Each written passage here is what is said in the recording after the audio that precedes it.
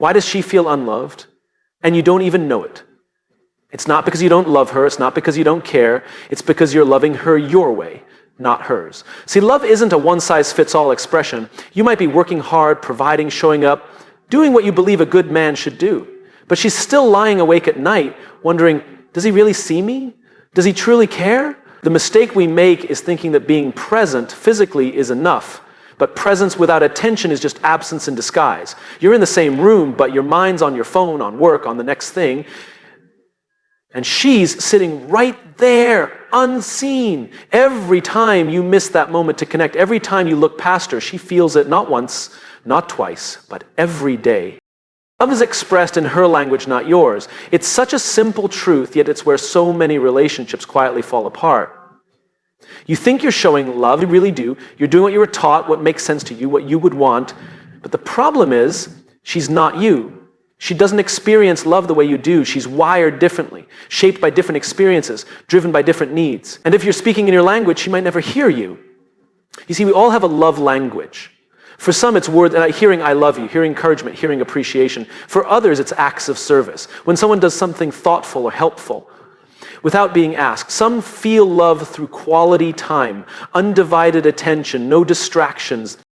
Others need physical touch, simple gestures like holding hands or a hug. And some feel it through gifts, not because of the material value, but because it shows they were thought of. You might be showing love by working hard, by providing, by fixing problems as they come up. And in your mind, that's love, that's care, that's commitment. But if she's waiting for words of affirmation or waiting for you to sit down and really talk or needing affection, she'll feel unloved, even if you're giving everything you've got. That's the heartbreaking disconnect. You're loving her in a way that makes sense to you, but it's not reaching her. Imagine speaking two different languages in the same room. You're both talking, you're both sincere, but neither of you is really hearing the other. That's what happens when love languages don't align. And over time, she starts to feel invisible. She starts to wonder why you don't care, why you don't notice, why she feels lonely, even though you're standing right beside her. It's not enough to love someone deeply. You have to love them effectively. Love that doesn't land, doesn't count. That's why so many women say, he says he loves me, but I don't feel it. Because feeling love isn't about hearing the words once in a while. It's about experiencing love in the way their heart recognizes it, over and over again. And here's where it gets tough. You can't guess your way there. You can't assume. You have to ask. You have to be curious enough, humble enough, intentional enough to find out what makes you feel loved. And then, this is key, you have to make it a priority. Not just once, not just when things are falling apart, but as a way of life. Because love isn't a thing you check off the list. It's not a grand gesture every anniversary. It's the daily decision to reach out, to show up, to speak her language, even when it's not your natural instinct. Even when it feels unfamiliar, even when it costs you a little comfort or effort. That's what makes love powerful. That's what makes love last. The truth is, she doesn't want to be loved the way you want to love. She wants to be loved the way she needs to be loved.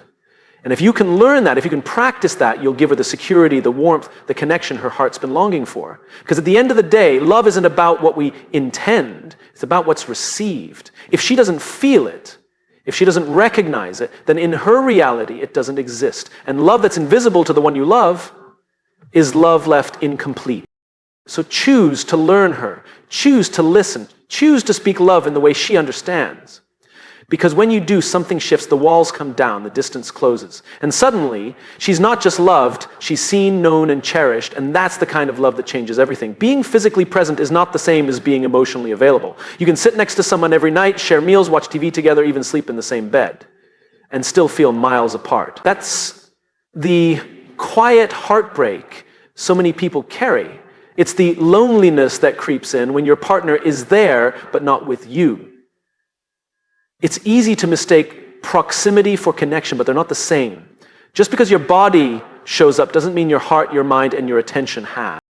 A relationship isn't sustained by two people simply occupying the same space. It's built on presence. Not just physical presence, but emotional presence. The kind that listens, that sees, that cares enough to lean in and ask, how are you really? The kind that puts down the phone, closes the laptop, and says, I'm here, you matter. So many couples drift apart not because they stop loving each other, but because they stop showing up emotionally. The busyness of life takes over. Work, stress, family obligations, distractions pile up. You come home tired, drained, wanting to shut off for the night. And she's there waiting not just for you to walk through the door, but for you to be there with her. Not just to hear her words, but to understand her feelings. Not just to sit beside her, but to hold space for her heart. When you're emotionally unavailable, even unintentionally, she feels it. She feels it in the way conversations stay shallow. She feels it in the way you respond with aha while scrolling through your phone. She feels it in the way you change the subject when things get uncomfortable. And every time you pull away emotionally, even if your body stays near, she feels more alone. And here's the thing. She doesn't just want your presence. She wants your attention, your focus, your willingness to go deeper. Because love thrives in emotional intimacy, not just physical routines. You can buy flowers, you can take her out to dinner, you can sit next to her on the couch, but if you're not emotionally attuned to her, if you're not opening yourself up, if you're not truly listening, she'll feel disconnected. Being emotionally available means being vulnerable. It means letting her see what's really going on inside you. It means asking her what's really going on inside her and staying long enough in the conversation to hear the answer. It means not rushing to fix, to solve, to dismiss, but simply sitting with her emotions, honoring them, validating them. It's not always easy. Emotional availability requires courage. It asks you to slow down. It asks you to make room for feelings you might not fully understand. It asks you to resist the temptation to hide behind silence, sarcasm, busyness, or distraction. But the reward? It's trust. It's closeness. It's a relationship that feels safe, seen, alive. Because at the end of the day, love isn't about clocking in and showing up on time. It's about showing up whole. When you're emotionally absent, no amount of physical presence can fill that gap. You can't hug away emotional distance. You can't buy gifts big enough to cover up disconnection. You can't schedule enough date nights to substitute for intimacy that's missing at the heart level. She wants you to be with her, not just beside her, to know her inner world, to ask about her worries, her dreams, her joys, her fears, to notice when her smile is hiding pain, to pay attention when she grows quiet. And she wants you to let her into your world too, to trust her with your struggles, your doubts, your hopes, your emotions. When you show up emotionally, you're telling her, you're worth my attention. You're worth my time. You're worth knowing and being known. And that's the love she's longing for. That's the love that makes her feel safe, seen, and deeply loved. Because at the end of the day, she doesn't just want you in the room, she wants you in the moment. She doesn't just want a partner who's present in body, she wants a partner who's present in soul. And when you learn to show up emotionally, that's when the relationship transforms from routine to intimacy, from distance to closeness, from surviving to thriving. Unspoken expectations are silently breaking the relationship. It's not the arguments, not the loud fights, not the dramatic moments that slowly erode the connection. It's the quiet disappointments that go unaddressed, the assumptions that are never voiced, the hopes that are never shared. Every relationship carries expectations. Some are clear, others stay hidden, tucked beneath the surface, waiting to be fulfilled without ever being spoken aloud. And when those unspoken expectations aren't met, resentment quietly builds. She's expecting you to notice. To notice when she's tired, to notice when she's overwhelmed, to notice when she's putting in extra effort and hopes you'll appreciate it, but she doesn't tell you that directly. Because in her heart, she wants you to just know, and when you don't, she tells herself, he doesn't care. He doesn't see me. Not because you intended to hurt her, not because you're unkind, but because you were never told what was needed. That's the dangerous thing about unspoken expectations. They feel obvious to the one who holds them, but invisible to the one who's supposed to fulfill them. You think you're doing fine, you think everything's okay, but in her heart, there's a list of unmet needs quietly growing. A list of things she hoped you'd say, things she hoped you'd do, ways she hoped you'd show up. And every time you miss one, without even knowing you missed it, she feels a little more disappointed. And the more it happens, the less she brings it up. Not because it stopped mattering, but because she's tired of explaining. Tired of feeling like she's asking for too much. Tired of wondering why you can't see what she needs without being told, so she goes quiet. She lowers her expectations, not because her needs have changed, but because it hurts too much to keep being let down. And the silence between you grows deeper. But here's the truth. No one's a mind reader. Love doesn't grant us magical insight into each other's needs. If it's not spoken, it's unknown. And if it's unknown, it's likely to go unmet. That's why communication isn't optional in a relationship. It's the foundation. It's not about complaining. It's not about nagging. It's about giving each other a chance to show up in the right way. Every time we keep an expectation unspoken, we rob our partner of the chance to meet it. And every time they unknowingly fall short, we quietly mark it as failure. Over time, those silent failures pile up. They turn into stories we tell ourselves. He doesn't care. She doesn't appreciate me. We're just not on the same page. But the real problem wasn't a lack of care. It was a lack of clarity. A strong relationship isn't one without expectations. It's one where expectations are shared openly, honestly, lovingly, where both people are willing to say, this is what I need to feel loved. This is what makes me feel valued. This is what helps me trust you. And where both people are willing to listen. Not defensively, not dismissively, but with curiosity and care. It takes courage to speak your expectations. It feels vulnerable. It feels risky. But it's far less risky than staying silent and hoping the other person just figures it out. Silence doesn't protect a relationship. It slowly suffocates it. Because unmet needs don't disappear. They don't magically dissolve with time. They turn into bitterness. They turn into distance. They turn into emotional walls.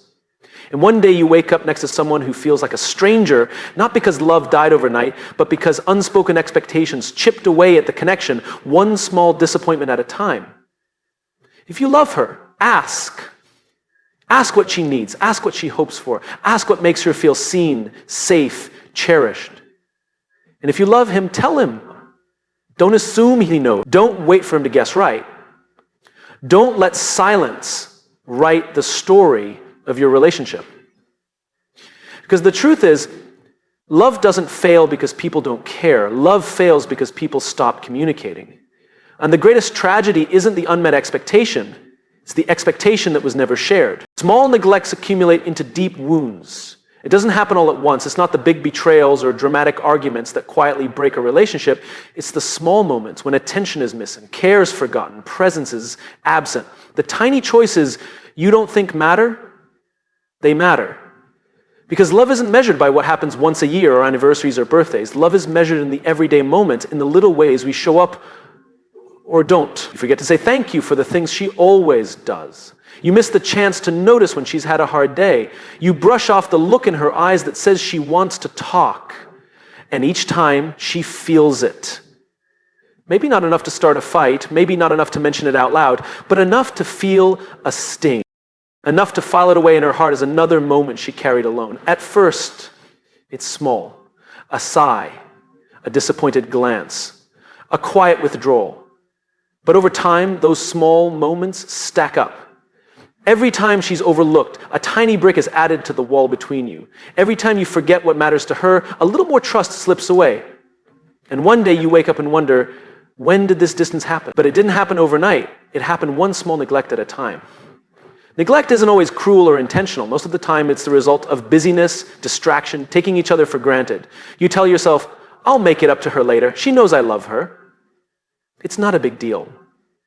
But to her it is, because when something matters to her, and it doesn't matter to you, she feels invisible. And the message she quietly receives is, I'm not a priority. You don't have to hurt someone loudly to hurt them deeply. Sometimes the deepest wounds come from silence, from indifference, from absence.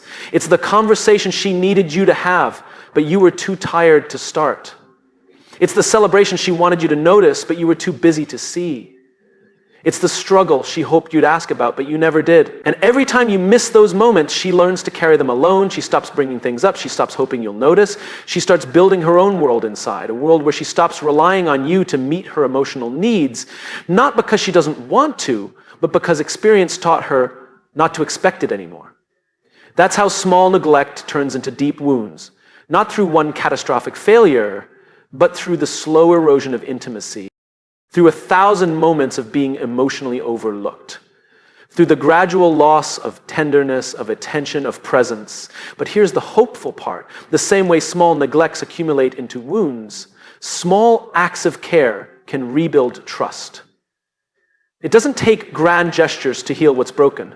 It takes showing up consistently, intentionally, in the small things, noticing, listening, saying the word, offering the touch, asking the question, paying attention, even when you're busy, even when it's inconvenient. Because love isn't proven in the big moments, it's proven in the ordinary ones. The moments when you choose to lean in instead of pull away, when you choose to engage instead of ignore, when you choose to see her instead of looking past her. Those moments are the stitches that mend the wounds. Those moments are how you build a love that lasts. If you want to protect your relationship, don't wait for the big problems to show up. Pay attention to the small neglects. Notice the little ways distance creeps in. Take responsibility for the moments you've missed and choose to show up differently moving forward. Because the deepest love isn't built in grand declarations. It's built in the quiet commitment to never stop caring, never stop noticing, never stop choosing each other every single day. She doesn't want to compete with your work, your phone, or your distractions. She doesn't want to fight for your attention or feel like she's standing in the shadow of everything else that matters to you. She doesn't want to be another thing on your to-do list, another responsibility squeezed in between deadlines, emails, notifications, and calls. What she wants is simple.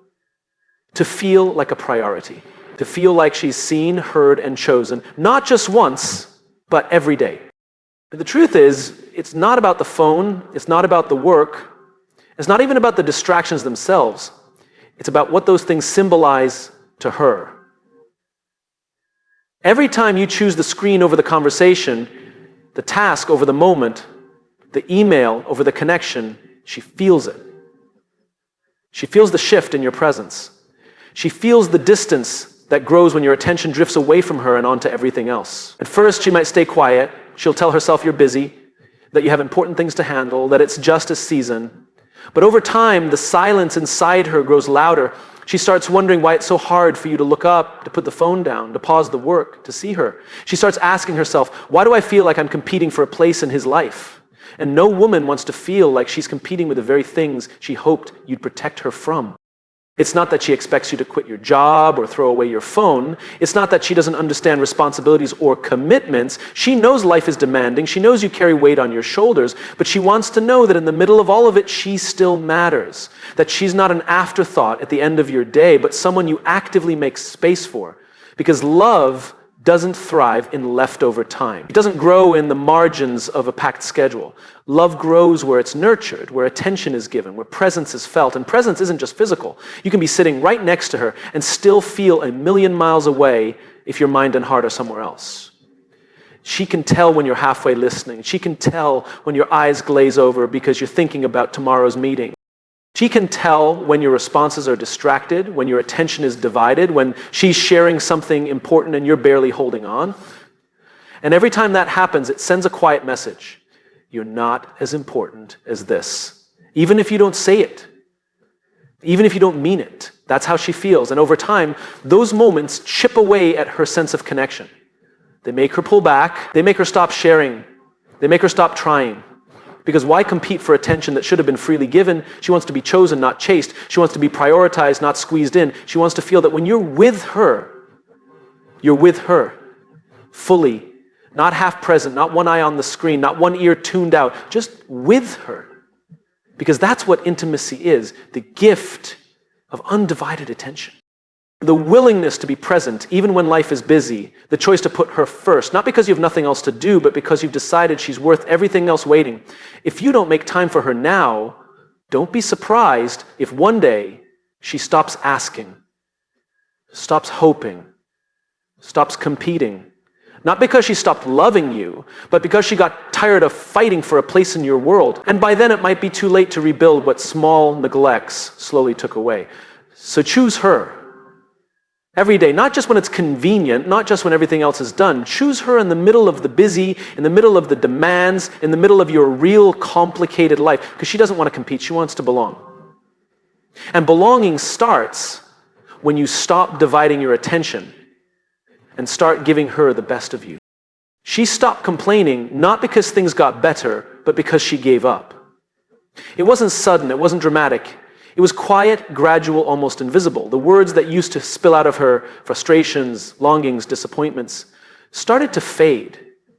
The conversation she used to try to have over and over stopped happening. And maybe you thought that meant everything was okay. Maybe you told yourself she'd finally stopped nagging, stopped overreacting, stopped asking for too much. But what really happened was far more dangerous. She didn't find peace, she found resignation. In the beginning, she tried. She tried to explain what she needed. She tried to tell you what hurt. She tried to show you the gaps she felt, the distance that was growing, the small ways she felt unseen, unheard, uncared for. She wasn't trying to argue, she was trying to fix it. She wasn't complaining because she wanted to tear you down. She was complaining because she still believed things could get better. Her words were hope dressed up as frustration. Her tears were proof she still cared enough to fight for what mattered. But each time she spoke and felt unheard, something inside her dimmed. Each time she cried and nothing changed, something inside her hardened. Each time she brought up the same issue and watched it get dismissed, minimized, or ignored, her faith in the relationship weakened. You may not have noticed it at first. The silences seemed peaceful. The absence of arguments felt like relief. But silence doesn't always mean contentment. Sometimes silence is surrender. Sometimes silence is the sound of someone who stopped believing you'll ever listen. She stopped complaining because it stopped feeling worth it. Because every time she opened her mouth, she felt like she was talking to a wall, because every attempt to communicate became another moment of disappointment. So she let go, not because she wanted to, but because she didn't know what else to do. And she told herself, this is just how it is. She lowered her expectations. She stopped dreaming that you'd show up differently. And in doing so, she started detaching. And here's the hard truth. When she stopped complaining, she stopped fighting for the relationship. That doesn't mean she stopped loving you right away. Love doesn't disappear overnight, but love can't survive on silence. Love can't thrive in resignation. When communication dies, connection dies with it.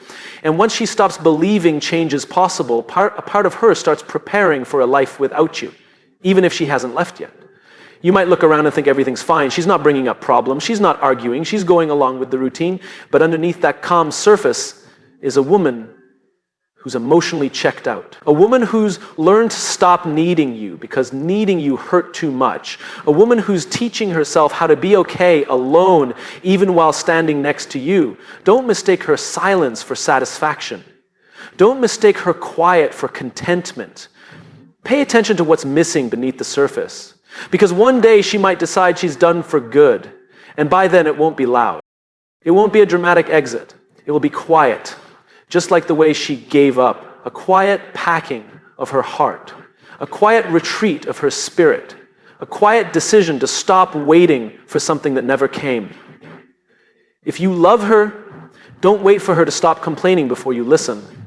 Don't wait for her silence before you start paying attention. The time to care is now, while she's still speaking, still reaching, still trying. Because when a woman stops complaining, it's not the sign of peace. It's the sign of a battle she's decided she can't win. And no relationship survives when one person silently gives up. Show her it's safe to speak. Show her it's safe to hope again. Show her her words matter. Her needs matter. She matters. Because love isn't proven in grand gestures. It's proven in the small, everyday willingness to hear her, see her, and respond before the silence becomes permanent.